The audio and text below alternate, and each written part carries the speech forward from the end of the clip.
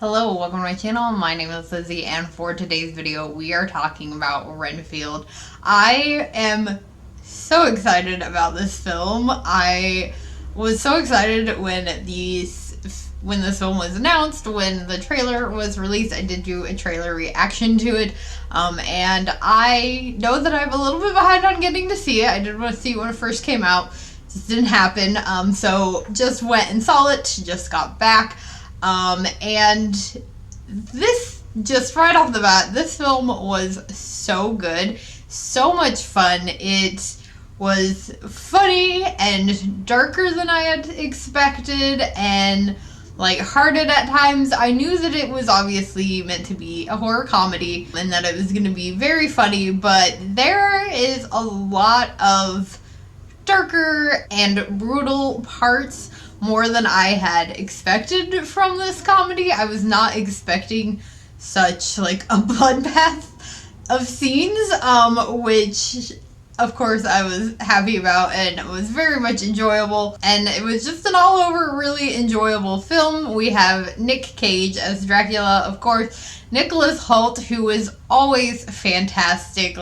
He's been doing horror, and I would love to continue to see him do more horror, because he's really good. Obviously, he's really good in both serious and comedic roles, but he plays Renfield, and I thought that he did a fantastic job in this. I loved him as it. Also has Awkwafina in it. She's always hilarious and entertaining. She plays character Rebecca, who is a cop. Her father was also a police officer, and her sister is an FBI agent. This film also had an additional aspect to it, which I wasn't expecting.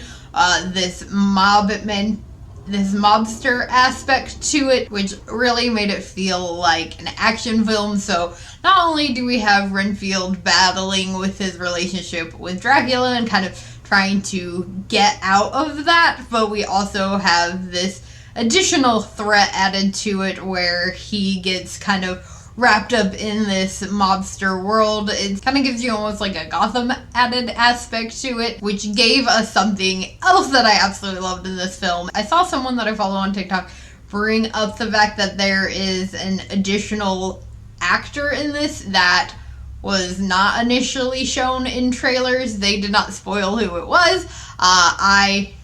This will be a mild spoiler warning, but we have Ben Schultz, who a lot of people will know from Parks and Rec, as Teddy Lobo, the son of this crime family, which also, the fact that his mom runs the crime family, she built it from the bottom up, I thought was also really cool. The fact that we have this female-led mob family instead of a male-led mob family was a really cool aspect. And yeah, getting to see Ben Schultz as this tatted up son of a mobster, loved him, and it was just an all-around fun film, and I absolutely loved it and had a lot of fun. The only downside was, and it's not film related, is more so our unfortunate experience is, and I don't know if it's the theater or the row. Matt is pretty sure it was just the row we were in. He said that the people next to us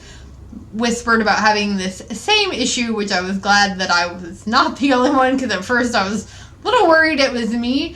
The sound was off, where for whatever reason, where we were sitting, the music background noise would be so loud that you couldn't hear the actors' dialogue, and we had that issue throughout the trailers, and I was almost a little bit concerned prior to the film starting.